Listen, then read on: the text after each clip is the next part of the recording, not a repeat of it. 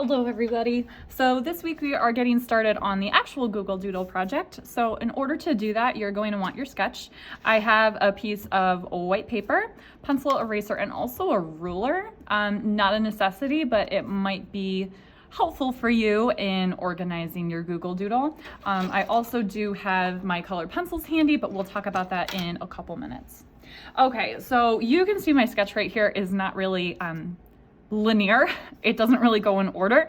I was just sketching out components of the artist that I chose, an artist who I really like named Henri Matisse. So I have kind of my different components right here. I have them labeled. This is my G. The fish in the tank are the two O's.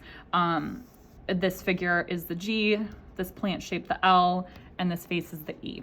So what I want to do now is transfer this onto the paper for this project. So this might have happened to you when you were doing your sketch where, you're going along and you've run out of space. I know a lot of people usually have like G-O-O-G on one page in their sketch and the L-E on another one. Obviously for the final version of this project, you don't want to have that happen. I have shown you guys a similar technique before, but something that you might want to do just to make sure that you stay organized is to have a line for the top of your letters and a line for the bottom of your letters. And you might also want to find your center point. So Google is 6 letters long. So technically, if you were doing this and all the letters were even, you'd have 3 letters on one side and 3 on the other.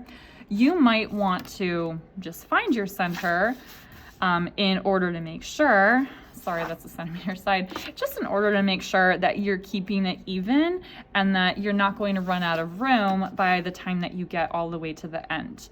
Obviously, depending on your design and depending on your letters, this might be a little bit different for everybody. Shapes can certainly overlap, that's okay, but you want to make sure that you have enough room for everything on here.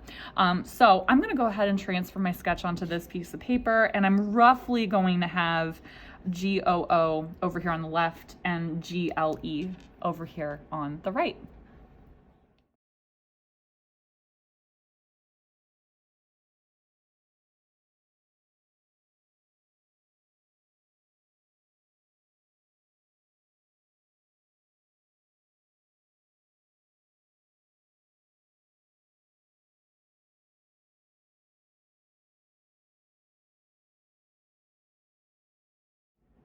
Okay, so now that I have redrawn my items onto my project paper, we want to start coloring. We're going to use colored pencils for this project. And it's really important to remember that for this project, this is not a coloring book. You do not just color in each shape with one color. This is an excellent opportunity to do some shading, to really examine your artist's style and to make sure that you are adding color to this carefully. So do some value, include some different lights and darks. You can do all of these just with the Crayola colored pencils that most of you probably have. I'm gonna go ahead and do some of that right now to make sure that you are really sticking with your artist's style and that you are treating this as an artwork.